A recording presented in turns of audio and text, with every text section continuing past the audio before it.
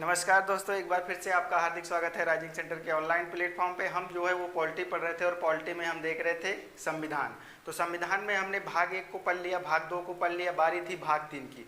तो भाग 3 में हमारे संविधान में किस चीज़ को रखा गया है और किन बातों का उल्लेख किया गया, आइए हम इसको क्या करते हैं जानने का प्रयास करते हैं और समझते हैं कि किस टाइप के क्वेश्चन हमारे एग्जाम में पूछे जाते हैं। देखिए, जो भाग 3 है इसमें मौलिक अधिकारों को रखा गया है। मौलिक अधिकार क्या होते हैं, अब ये बात जानना जरूरी है। देखिए, मौलिक अधिकार जो है वो व्यक्ति को अलग से मिले हुए कुछ अधिकार होते हैं। जैसे आप देखते होंगे आपके यहाँ राज्य का कानून होता है, केंद्र के कुछ कानून नियम कानून होते हैं जो व्यक्ति के लिए बनाए जाते हैं, लेकिन ये मौलिक अधिकार जो है वो व्यक्ति को कुछ अधिकार देता है। ठीक है, उसकी अपने कुछ राइट्स होते हैं, कुछ फंडामेंटल राइट्स होते हैं जो वो दर्शाता है कि व्यक्ति की अभिव्यक्ति या आज़ादी के बारे में जो है वो बताता है। तो क्या क्या चीज़ें हैं, कैसे कैसे हैं, इसमें हम उसको समझने का क्या करते हैं, प्रयास करते हैं। ठीक है, तो मौलिक अधिकार के बारे में अगर बात की जाए तो इसके लिए आप एक बात याद रखिएगा कि मौलिक अधिकार राज्य व केंद्र के कड़े नियम व कानूनों से व्यक्ति को थोड़ी बहुत क्या देते हैं, आज़ादी देते हैं और क्या करते हैं, उसको अपना फंडामेंटल राइट्स देते हैं। ये बात आप क्या करेंगे, याद रखेंगे। अब कितने प्रकार के हमारे संविधान में मौलिक अधिकारों की बात की गई है, मौलिक अधिकार कहे या फिर मूल अधिकार कहे, दोनों शब्द जो है वो समान ही है। ठीक है, कहीं कहीं मौलिक अधिकार लिखा रहता है, कहीं कहीं मूल अधिकार लिखा रहता है। तो ये हमारे अधिकार हैं, हमें क्या अधिकार देता है संविधान, वो जो है मौलिक अधिकार क्या करता है, डिसाइड करता है। ठीक है, एक बार एक क्वेश्चन पूछा गया था कि जो है संविधान की जान जो है वो किस अनुच्छेद में है, या संविधान का जो सबसे बड़ा वो है वो किस में है। तो उसमें अनुच्छेद 32 आप याद रखेंगे, अगर नहीं है तो याद रखेंगे संविधान की उद्देशिका में या फिर प्रस्तावना में। ठीक है, तो ये बात हो गई। अब भाग 3 की हम बात करते हैं। भाग 3 में मौलिक अधिकार को अनुच्छेद 12 से 35 तक जो है वो रखा गया है। और ये जो हमारे संविधान में भाग 3 जोड़ा गया है या मौलिक अधिकार जो जोड़ा गया है वो कहाँ से लिया गया है, तो वो लिया गया है अमेरिका से। ठीक है, कितने प्रकार के हमारे यहाँ मौलिक अधिकारों की बात की गई है, हमारे संविधान में जो उल्लेख है मौलिक अधिकारों को, वो पहले जब कानून बना तो 7 प्रकार के थे। पहला था आपका समानता का अधिकार या समता का अधिकार, दूसरा था स्वतंत्रता का अधिकार, तीसरा जो आपका था वो था शोषण के विरुद्ध अधिकार, चौथा जो था वो धर्म स्वतंत्रता का अधिकार, और जो 5वां था संस्कृत एवं शिक्षा का अधिकार, और छठा जो था वो संवैधानिक उपचारों का अधिकार था। 7वां जो इसमें था वो था संपत्ति का अधिकार।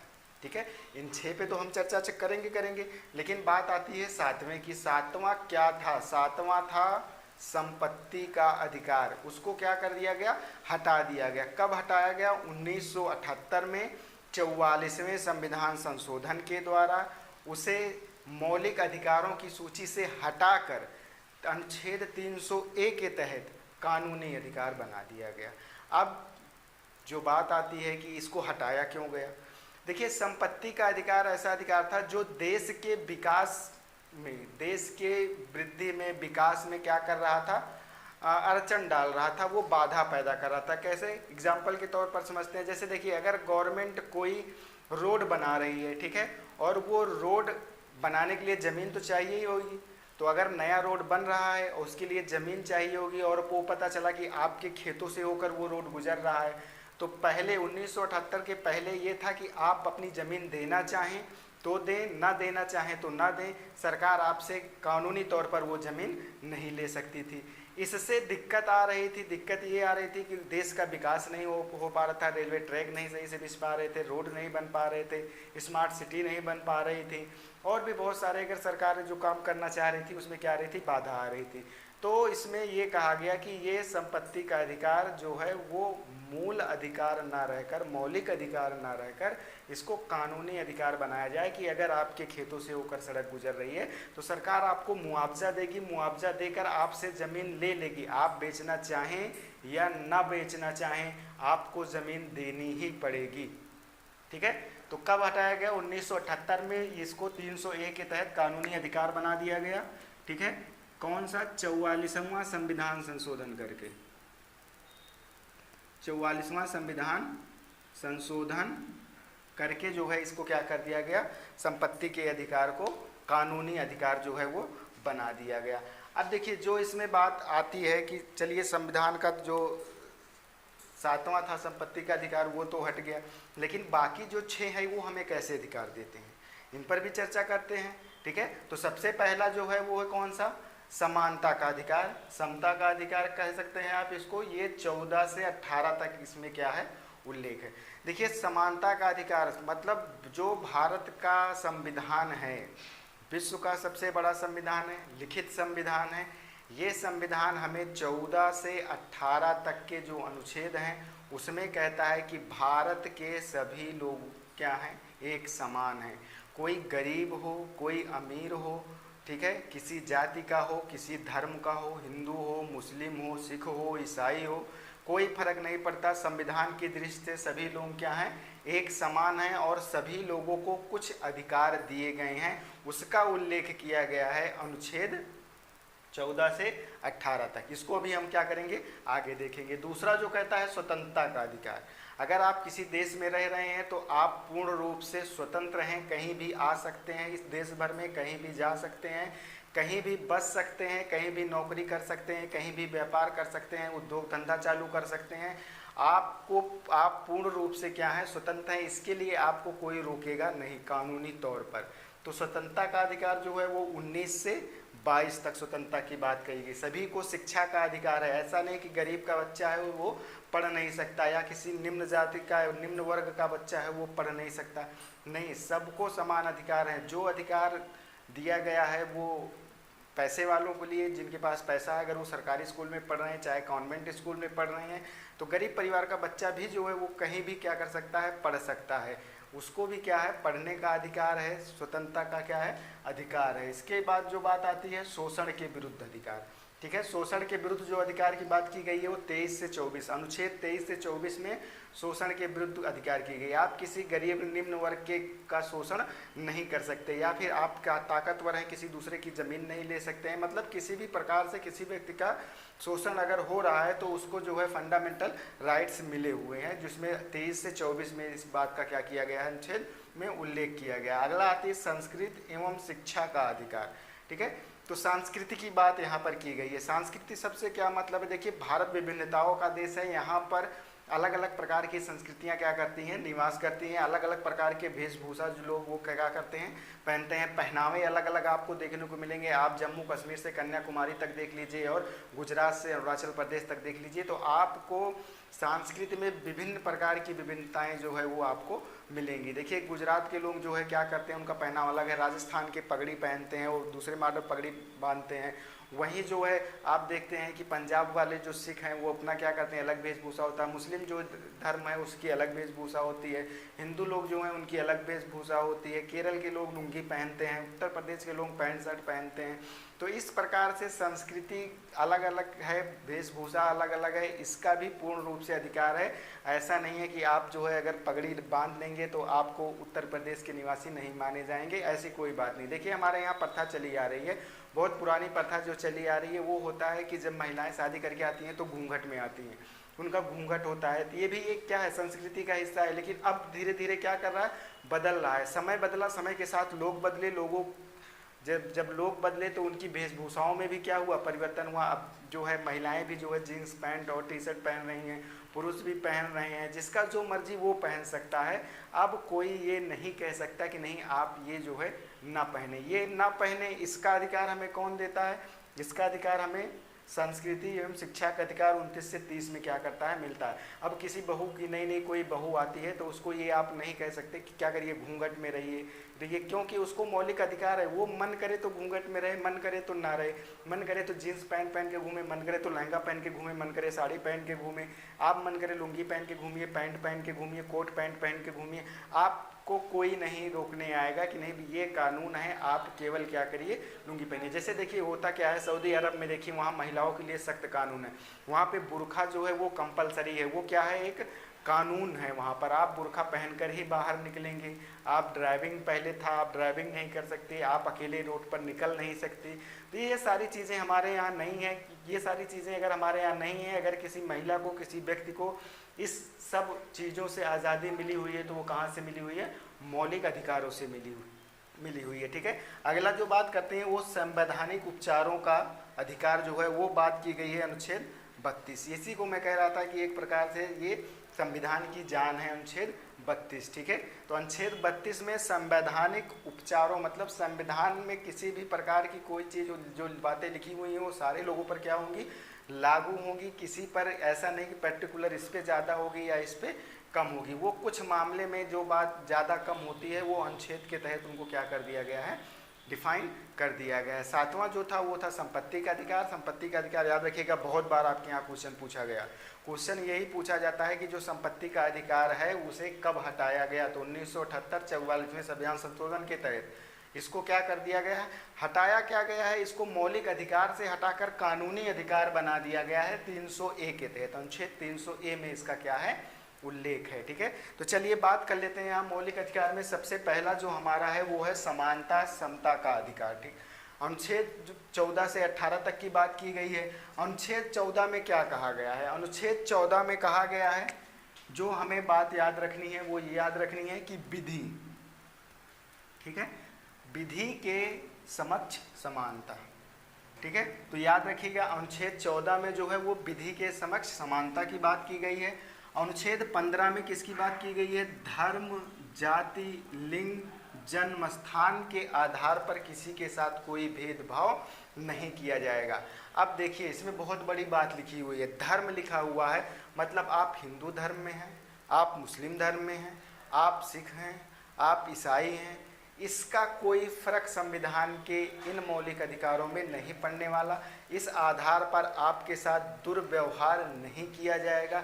अगर आपके साथ कोई इस आधार पर आपका जन्म जो है वो उत्तर प्रदेश में ना होकर राजस्थान में हुआ है, केरल में ना होकर जम्मू कश्मीर में हुआ है, इस आधार पर अगर आपके साथ कोई भेदभाव किया जा सकता है तो वो क्या माना जाएगा, आपकी मानवता का हनन माना जाएगा, आपके मौलिक अधिकारों का हनन माना जाएगा। इस वजह से ये अधिकार हमें मिलते हैं कि ये हमारे साथ कोई भेदभाव नहीं किया जाएगा। जाति के आधार पर नहीं किया जाएगा, मतलब आप किसी भी जाति के हों, निम्न जाति के हों, उच्च जाति के हों, आप ब्राह्मण हैं, आप क्षत्रिय हैं, वैश्य हैं, शूद्र हैं, ठीक है, किसी भी SC हैं, ST हैं, OBC हैं, आप किसी भी वर्ग में आते हैं, इस आधार पर आपके साथ कोई भी जो है भेदभाव नहीं किया जाएगा। अगला जो लिखा हुआ है लिंग के आधार पर, देखिए यहाँ भी लिखा हुआ, आपको पता है 3 प्रकार के जो है वो लिंग पाए जाते हैं, मेल पाया जाता है, फीमेल पाया जाता है और ट्रांसजेंडर पाए जाते हैं।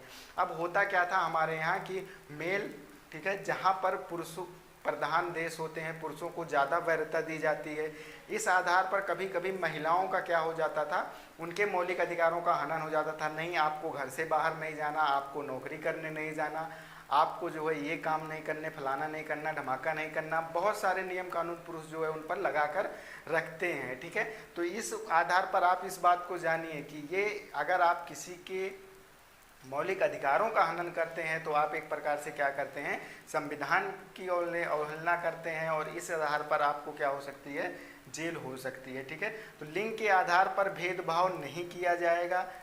ठीक, और ट्रांसजेंडर की बात आती है तो ट्रांसजेंडर के साथ भी देखिए अभी बहुत सारी चीज़ें कॉन्ट्रीब्यूसी हुई, जिसमें अब उनको ये हो गया है कि वो क्या कर सकते हैं, शादी भी क्या कर सकते हैं, कर सकते हैं। तो लिंग के आधार पर भी कोई भेदभाव नहीं किया जाएगा, जन्म स्थान के आधार पर भी कोई भेदभाव आपके साथ नहीं किया जाएगा। और जो हमारा इसमें याद रखिएगा जो अनुच्छेद 16 है, 16 में लिखा गया है लोक नियोजन में अवसर की समानता। ठीक है, तो लोक नियोजन में जो है वो किसकी बात की गई है, अवसर की समानता की बात की गई है।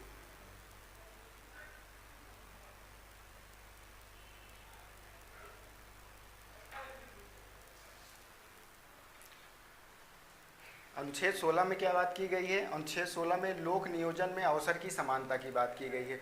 तो यहाँ पर सरकारी दृष्टि से अगर कोई नौकरी है, लोक सेवा आयोग है, कोई भी है, तो उसमें सबको समान अवसर, मतलब लोक नियोजन में सभी व्यक्तियों को समान अवसर क्या होगा, मिलेगा। तो यहाँ पर समान अवसर की बात की गई है। ऐसा नहीं है कि किसी को ज़्यादा अवसर मिलेंगे, किसी को कम अवसर मिलेंगे, ऐसा बिल्कुल नहीं, सभी को क्या होगा, समान अवसर दिया जाएगा। अवसर की समानता की बात जो है इसमें की गई है, जो तो बहुत ज़्यादा एग्जाम में पूछा जाता है। ठीक है, अस्पृश्यता का अंत। ठीक है, अस्पृश्यता मतलब छुआछूत का अंत किया जाएगा। देखिए वो है क्या कि जो भारत का समाज है, अभी देश को आज़ाद हुए 75 साल के आसपास हो गया, लेकिन फिर भी हमारे यहाँ अभी कुछ तबके ऐसे हैं जहाँ पर शिक्षा का अभाव है, जहाँ पर लोग इतना ज़्यादा जागरूक नहीं हैं। वहाँ पर क्या होता है, अभी भी निम्न वर्ग के लोगों के साथ अस्पृश्यता देखने को मिलती है। आप देखिए, अगर एससी वर्ग का व्यक्ति है और वो किसी ब्राह्मण के घर गया है तो उसको उसके ब्राह्मण अपने घर के बर्तन में उसको पानी पीने को नहीं देगा। ये बातें भी गांव में बहुत जगह देखने को मिलती हैं। अगर कोई एससी वर्ग का व्यक्ति है और वो उसके साथ बैठ के ब्राह्मण खाना नहीं खाएंगे, तो ये सारी चीज़ें जो हैं वो संविधान में एससी वर्ग का जो व्यक्ति है उसको भी मौलिक अधिकारों के तहत और अनुच्छेद 17 के तहत ये अधिकार मिला हुआ है कि वो किसी भी सभा में जा सकता है, कहीं भी किसी के साथ बैठकर खाना खा सकता है। छुआछूत नाम की कोई चीज़ नहीं होनी चाहिए, ये हमारा संविधान कहता है। वो भी मंदिर में जाकर पूजा कर सकता है, कहीं भी जाकर कुछ भी कर सकता है सबके साथ में। तो अस्पृश्यता का अंत जो है वो कहाँ किया गया है, 17 में। ये नोट कर लीजिएगा, बहुत बार एग्जाम में क्या किया गया है, पूछा गया है कि अस्पृश्यता का जो अंत है वो किस अनुच्छेद में है, तो अनुच्छेद 17 में अस्पृश्यता की बात की गई है। अगली जो बात आती है वो बात आती है उपाधियों का अंत। ठीक है, अनुच्छेद 18 में क्या किया गया है, उपाधियों का अंत। जैसे पहले होता था, अगर आप कभी हायर शिक्षा ग्रहण करते हैं और पीएचडी कर लेते हैं तो आपको डॉक्टर की उपाधि मिल जाती है, एमबीबीएस कर लेते हैं डॉक्टर की उपाधि मिल जाती है, इंजीनियरिंग कर लेते हैं तो इंजीनियर की उपाधि मिल जाती है। इस प्रकार से जो है वो पहले उपाधियां लोगों को दी जाती थी, मतलब एक उपनाम दिया जाता था। तो इसका भी क्या कर दिया गया है, अंत कर दिया गया है, बस कुछ मामलों में छोड़कर। जैसे कि अगर आप जो है शिक्षा के थ्रू अगर किसी चीज़ कोई उपाधि ग्रहण करते हैं तो वो उपाधि आपकी रहेगी, लेकिन वैसे प्रधान जी, मास्टर जी या फिर विधायक जी, इस टाइप की जो उपाधि हुआ करती थी उसका क्या कर दिया गया है, अंत कर दिया गया है। तो उपाधियों का अंत जो है वो किस में रखा गया है, अनुच्छेद 18 में रखा गया है, ये बात याद रखिएगा। तो अब याद रखने का तरीका, भाग 3 में जो है अनुच्छेद 12 से 35 तक मौलिक अधिकारों का उल्लेख किया गया है, और उसमें भी जो है अनुच्छेद 14 से लेकर 18 तक समानता की बात की गई है। समानता का मतलब सभी लोग जो है एक प्रकार से समान होंगे। अब इसमें भी 14 में कहा गया है विधि, तो याद रखिएगा 14 में विधि के समक्ष समानता की बात की गई है। 15 में कहा गया है कि जाति, धर्म, लिंग, जन्म स्थान के आधार पर किसी के साथ भेदभाव नहीं किया जाएगा। 16 में कहा गया है कि लोक नियोजन में अवसर की समानता होगी। 17 में अस्पृश्यता का अंत होगा। 18 में क्या होगा, उपाधियों का अंत होगा। तो याद रखिएगा 14 क्या है, विधि। 15 क्या है, धर्म, जाति, लिंग, जन्म स्थान के आधार पर भेदभाव नहीं किया जाएगा। 16 क्या है, 16 आपको दिख रहा है लोक नियोजन में समान अवसर की बात की गई। 17 क्या कह रहा है, अस्पृश्यता का अंत, और 18 क्या कह रहा है, उपाधियों का अंत। ठीक है, तो ये जो हमारा पहला अधिकार है समानता व समता का अधिकार, उसमें बात जो है ये की गई है। दूसरी बात करते हैं स्वतंत्रता का अधिकार, बहुत ही इम्पोर्टेंट है। ठीक है, यहाँ से भी क्वेश्चन लगातार बनते हैं, इसको देख लेते हैं। स्वतंत्रता का अधिकार 19 और 22, 19 से 22 तक जो अनुच्छेद है उसमें स्वतंत्रता की बात जो है कही गई है। कितने प्रकार की स्वतंत्रता की बात की गई है और कौन कौन सी हमें आज़ादी मिली है, इस पर हम क्या करते हैं, चर्चा करते हैं। देखिए अनुच्छेद 19 की बात करें तो अभिव्यक्ति की स्वतंत्रता की बात की गई है।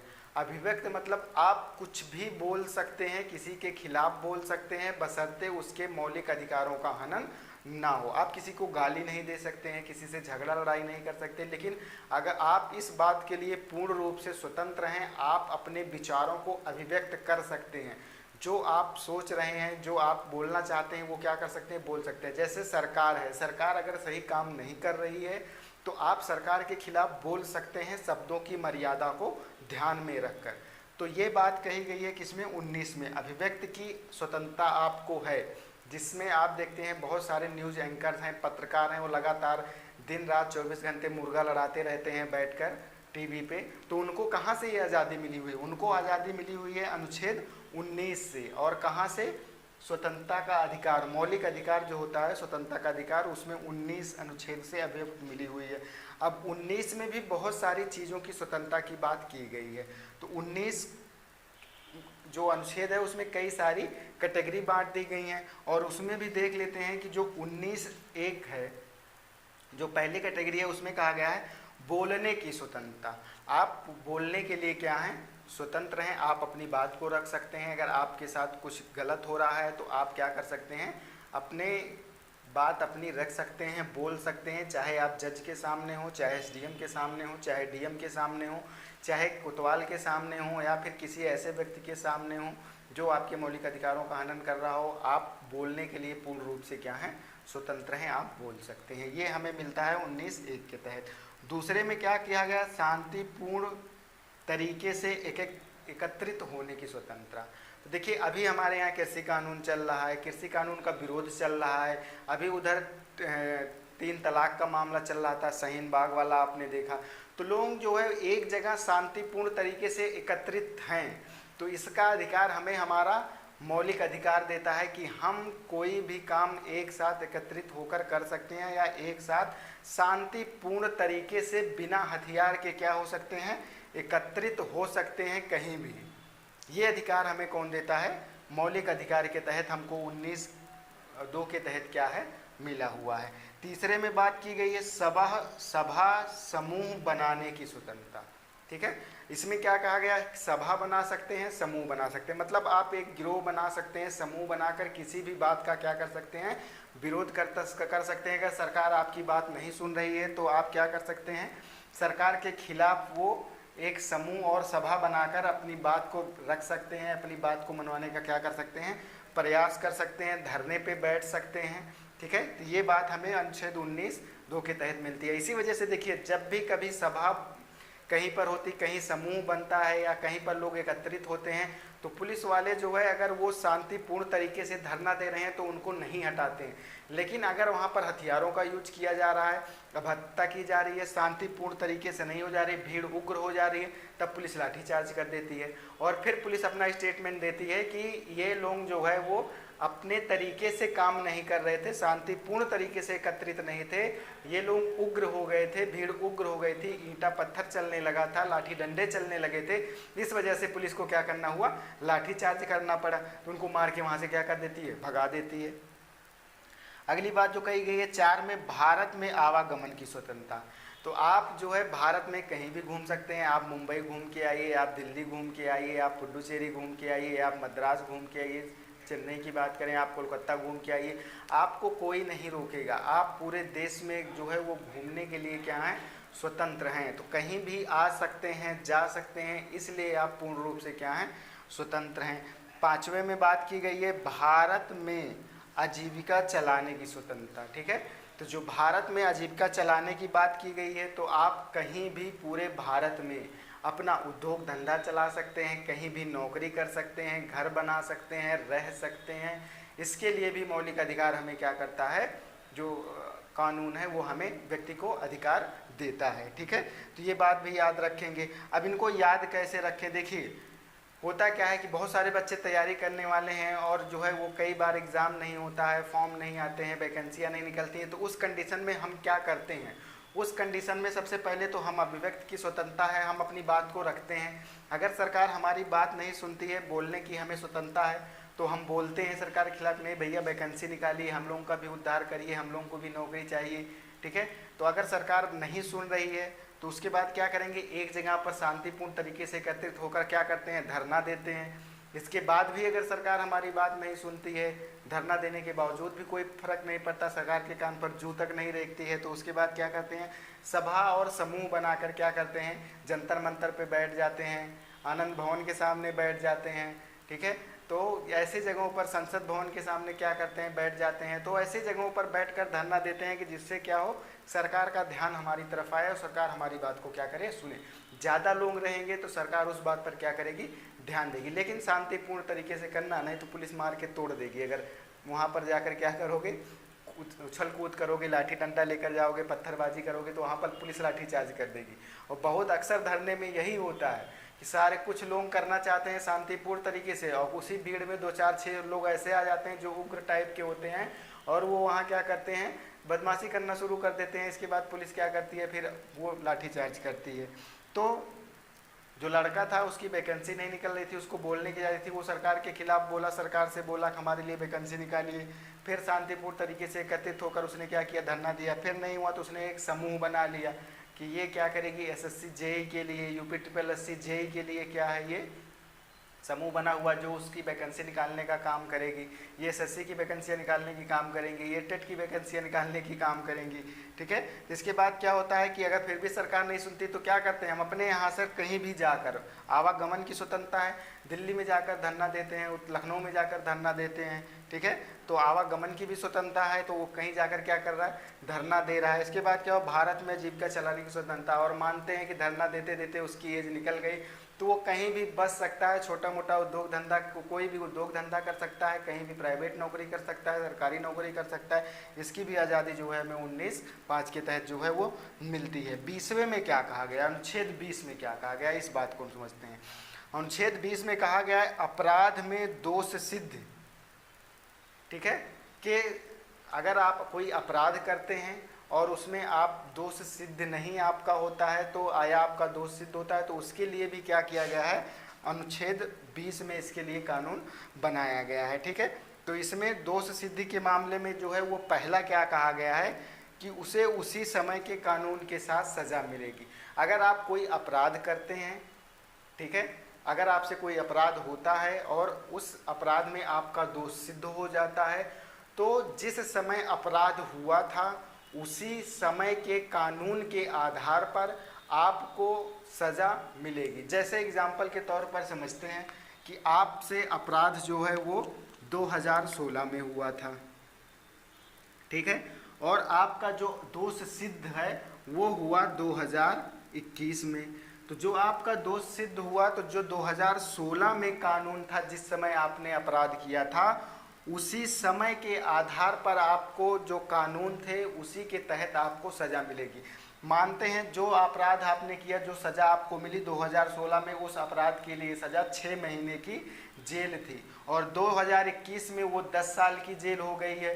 तो याद रखिएगा, जिस समय आप अपराध हुआ था, जिस समय व्यक्ति अपराधी था, जिस समय उसने अपराध किया था, उस समय जो 3 माह वाला सज़ा का प्रावधान था उसी के आधार पर उसको क्या किया जाएगा, सज़ा दी जाएगी। अब देखिए हमारे भारत में न्यायपालिका पर इतने ज़्यादा लोड आ गया है, इतना ज़्यादा भार हो गया है कि लोगों का एक एक मुकदमा क्लियर होने में 15-15, 20-20 साल लग जा रहे हैं।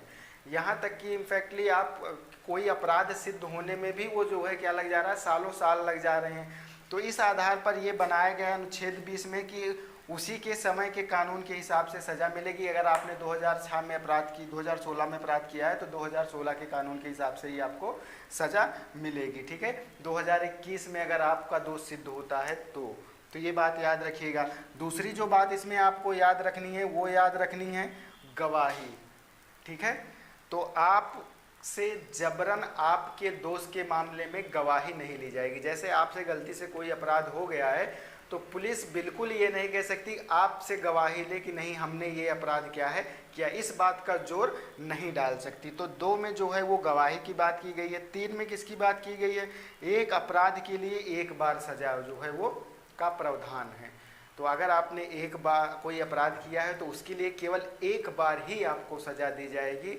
ऐसा नहीं है कि एक बार आपको 6 महीने की सज़ा हो गई, इसके बाद फिर जो है वो आपको दोबारा 6 महीने की सज़ा हो जाएगी। तो एक अपराध के लिए केवल एक बार की सज़ा होगी। ये अनुच्छेद 20 में इसका क्या है, उल्लेख है। ठीक है, 21 में क्या कहा गया, प्राण एवं दैहिक स्वतंत्रता की बात की गई है। ठीक है, तो देखिए व्यक्ति का प्राण एवं उसके दैहिक स्वतंत्रता मतलब जीवन के स्वतंत्रता की बात जो है वो किस में की गई है, अनुच्छेद 21 में की गई है। तो स्वतंत्रता के अधिकार में हमें किन किन बातों को याद रखना है। ठीक है, इसमें 19 याद रखना बहुत ही इंपॉर्टेंट है। अभिव्यक्ति की स्वतंत्रता की बात की गई है, बोलने की स्वतंत्रता, शांतिपूर्ण तरीके से एकत्रित होने की स्वतंत्रता, सभा और समूह बनाने की स्वतंत्रता, भारत में कहीं भी आने जाने की स्वतंत्रता और भारत में कहीं भी निवास करने की स्वतंत्रता, भारत में आजीविका चलाने की स्वतंत्रता, ये बात की गई है किसमें, 19 में। 20 में अपराध में दोष सिद्ध के मामले में क्या कहा गया है कि उसी के समय के आधार पर, जिस समय अपराध हुआ था, व्यक्ति अपराधी था, उसी के समय के कानून के हिसाब से जो है वो आपको सज़ा मिलेगी। एवं गवाही जो है व्यक्ति से दबाव डालकर उससे गवाही नहीं ली जा सकती। एक अपराध के लिए एक बार ही क्या होगा, सजा का प्रावधान होगा। और 21 में प्राण एवं दैहिक स्वतंत्रता की बात की गई है। ये भी बात क्वेश्चन बहुत बार पूछा गया है। प्राण एवं दैहिक स्वतंत्रता की बात किस अनुच्छेद में की गई है? तो अनुच्छेद 21 में की गई है। देखिए अनुच्छेद 21 में 86वां संविधान संशोधन लाकर वो एक बात की गई है कि 6 से 14 वर्ष के बच्चों को निःशुल्क शिक्षा का क्या है? अधिकार है। अगर बच्चा 6 से 14 साल का है तो सरकारी तौर पर उसको निःशुल्क, गरीब है, निम्न वर्ग का है तो उसको 6 से 14 साल तक क्या होगी? निःशुल्क शिक्षा का प्रावधान जो है इसमें किया गया है। 22 में क्या बात कही गई है? 22 में बात कही है गिरफ्तारी के संरक्षण में। ठीक है, तो गिरफ्तारी के संरक्षण में क्या बात की गई? जैसे अगर कोई अपराध होता है और पुलिस आपको गिरफ्तार करने आती है तो आपके क्या क्या फंडामेंटल राइट्स हैं, आप क्या क्या क्वेश्चन पुलिस से कर सकते हैं। ऐसा तो है नहीं कि भाई कोतवाल साहब आए और आपको सीधा उठा कर लेकर चले गए। अगर आपको पुलिस गिरफ्तार करने आई है तो आप उससे पूछ सकते हैं कि हमें किस अपराध में गिरफ्तार किया जा रहा है, किस जुर्म के तहत गिरफ्तार किया जा रहा है, ये आपका कानूनी अधिकार है। और हमारे यहाँ तो पुलिस की अगर बात करें तो एक इतनी भ्रांति फैली हुई है कि सबसे पहले पुलिस को देखकर ही लोग क्या करते हैं? डर जाते हैं। पुलिस आपकी सुरक्षा के लिए है, आपको डराने के लिए बिल्कुल नहीं। अगर आपने अपराध नहीं किया है और गलती से भी पुलिस आपको पकड़ने आती है तो आप बिल्कुल मत घबराइए। आपको ये मौलिक अधिकार हमारा संविधान जो है आज़ादी देता है, ये आपको अधिकार देता है कि आप क्वेश्चन कर सकते हैं कि हमें किस दोष के लिए गिरफ्तार किया जा रहा है, हमें किस अपराध के लिए गिरफ्तार किया जा रहा है, और ये पुलिस वाला आपको बताएगा भी बताएगा। ठीक है, इसमें कारण पूछने का अधिकार है। भाई कारण क्या है, हमें क्यों गिरफ्तार कर रहे हो? जैसे देखिए अभी लखीमपुर खीरी का मामला हुआ तो बहुत सारे लोग जो है क्या कर रहे थे, राजनेता अपनी रोटियां सेकने के लिए या फिर संवेदना व्यक्त करने के लिए जो है वो लखीमपुर जा रहे थे। तो उत्तर प्रदेश सरकार ने क्या किया कि पुलिस के माध्यम से बहुत सारे नेताओं को जगह जगह पर क्या किया? रोक लिया। इनफैक्टली राहुल गांधी को देखिए लखनऊ एयरपोर्ट पे रोक लिया गया था। संजय सिंह जो आम आदमी पार्टी के सांसद हैं उनको क्या कर लिया गया था? पीलीभीत में रोक लिया। ठीक है, तो इस बात तो क्यों रोका गया ये सवाल वहाँ पर पूछा, राहुल गांधी ने भी पूछा कि भैया हमें क्यों रोका जा रहा है, कारण बताइए। संजय सिंह ने भी कहा कि हमें क्यों रोका जा रहा है, आप कारण बताइए, किस वजह से हमें रोक रहे हैं, हमने कौन सा अपराध कर दिया है। हमें पूरे भारत में आवागमन की स्वतंत्रता है तो हम अनुच्छेद 19 के तहत जो है पूरे भारत में आवागमन कर सकते हैं, हम शांतिपूर्ण तरीके से एकत्रित हो सकते हैं। तो इसका मतलब ये भी हमें आप हमारा अधिकार नहीं छीन सकते हैं। हम क्या कर सकते हैं कि सभा समूह बनाने की स्वतंत्रता भी है हमें। तो इस आधार पर फिर उनको क्या किया? जाने दिया गया। तो कारण पूछने का अधिकार है। दूसरा जो है, अगर पुलिस आपको गिरफ्तार कर लेकर जाती है तो 24 घंटे के अंदर डिस्ट्रिक्ट मजिस्ट्रेट के सामने क्या करना होगा? पेश करना होगा। तो मजिस्ट्रेट के सामने 24 घंटे के भीतर जो है पुलिस वो आपको क्या करेगी?